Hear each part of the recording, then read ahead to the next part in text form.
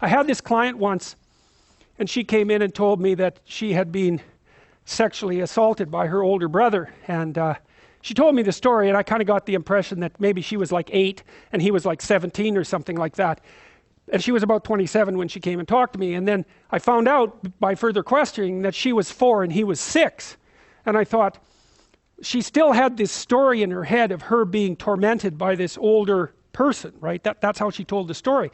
And what I told her was, well, look, another way of looking at this is that you two were very badly supervised children. Because, I mean, he was 6, for God's sake. You know, he's a little kid. That doesn't mean that what happened to her was any less traumatic, but he wasn't 17, right? The story was different than the one she had in her head. And, you know, by the time she left, after we had that conversation, it was clear that the way that she was construing the experience had radically shifted. And it's very interesting, because, you know, you think of the past as fixed. And it is in some sense, but the reason you remember the past isn't to make an objectively accurate record of the past. It's so that you can use the information in the past to prepare you for the future. And your mind won't leave you alone unless that has happened. So if you've encountered something that's negative and you don't know why and you don't know what to do about it if that happens again in the future, then that will stay with you. And I think one of the things it does too is it increases your overall physiological load. There's actually physiologists who've been talking about this. I can't remember the damn phrase, but you can imagine that your mind is doing something like this all the time. It's got a record in some sense of your autobiographical experiences. And what it's doing is calculating how frequently you've been successful versus unsuccessful. And the more frequently that you've been successful, the higher you are up on the dominance hierarchy. That's one possibility. So your serotonin levels go up and you're calmer. But also, it's reasonable to assume that the environment is less dangerous, right? Because that's sort of what constitutes danger. You're somewhere and you act and something you don't want to have happen happens, that's danger. And so your brain is always trying to figure out how to calibrate how anxious you should be. And one of the things it does is by sort of keeping track of your past success-failure ratio. And so to the degree that your past has been characterized by, we'll call them failures, those are situations where you do not get what you want, then your brain puts your body on constant alert. Because if everything that you've done has resulted in catastrophe, then you're somewhere insanely dangerous, and you should be like a prey animal that's ready to dart in any direction.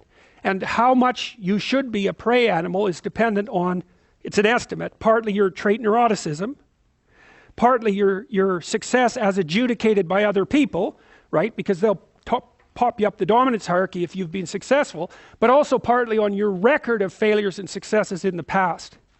And so you can go back and you can find out where you have holes in the structure through which you're viewing the world. That's one way of looking at it. And you can sew those things up.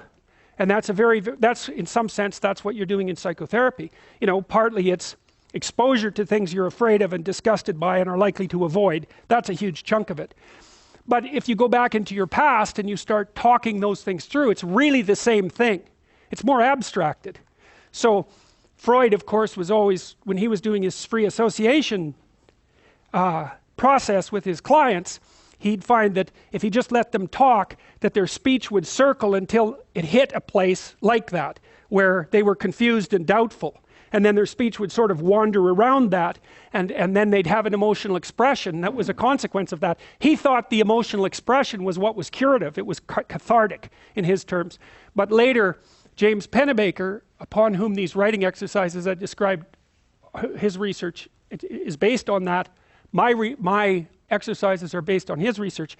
He found that if you brought college students to the lab and you had them write for 15 minutes 3 times over 3 days about the worst thing that had ever happened to them, or the worst thing they ever did, if I remember correctly, they got worse in the short term but better in the long run. For example, they went and visited the doctor less, and markers of their physical health improved. And so I think the reason for that is because, what is that called? It's called something load. I just about got it right from the physiologist. Doesn't matter. They got healthier, as far as I can tell, because they basically calmed down.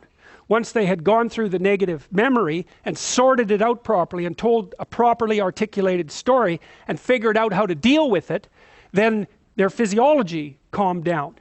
And so then they weren't as stressed, they weren't producing as much cortisol, and so cortisol suppresses your immune function, and so they were more likely to stay healthy. And so, well, so that's all very much worth thinking about. That's all in the domain outside of the light. That's one way of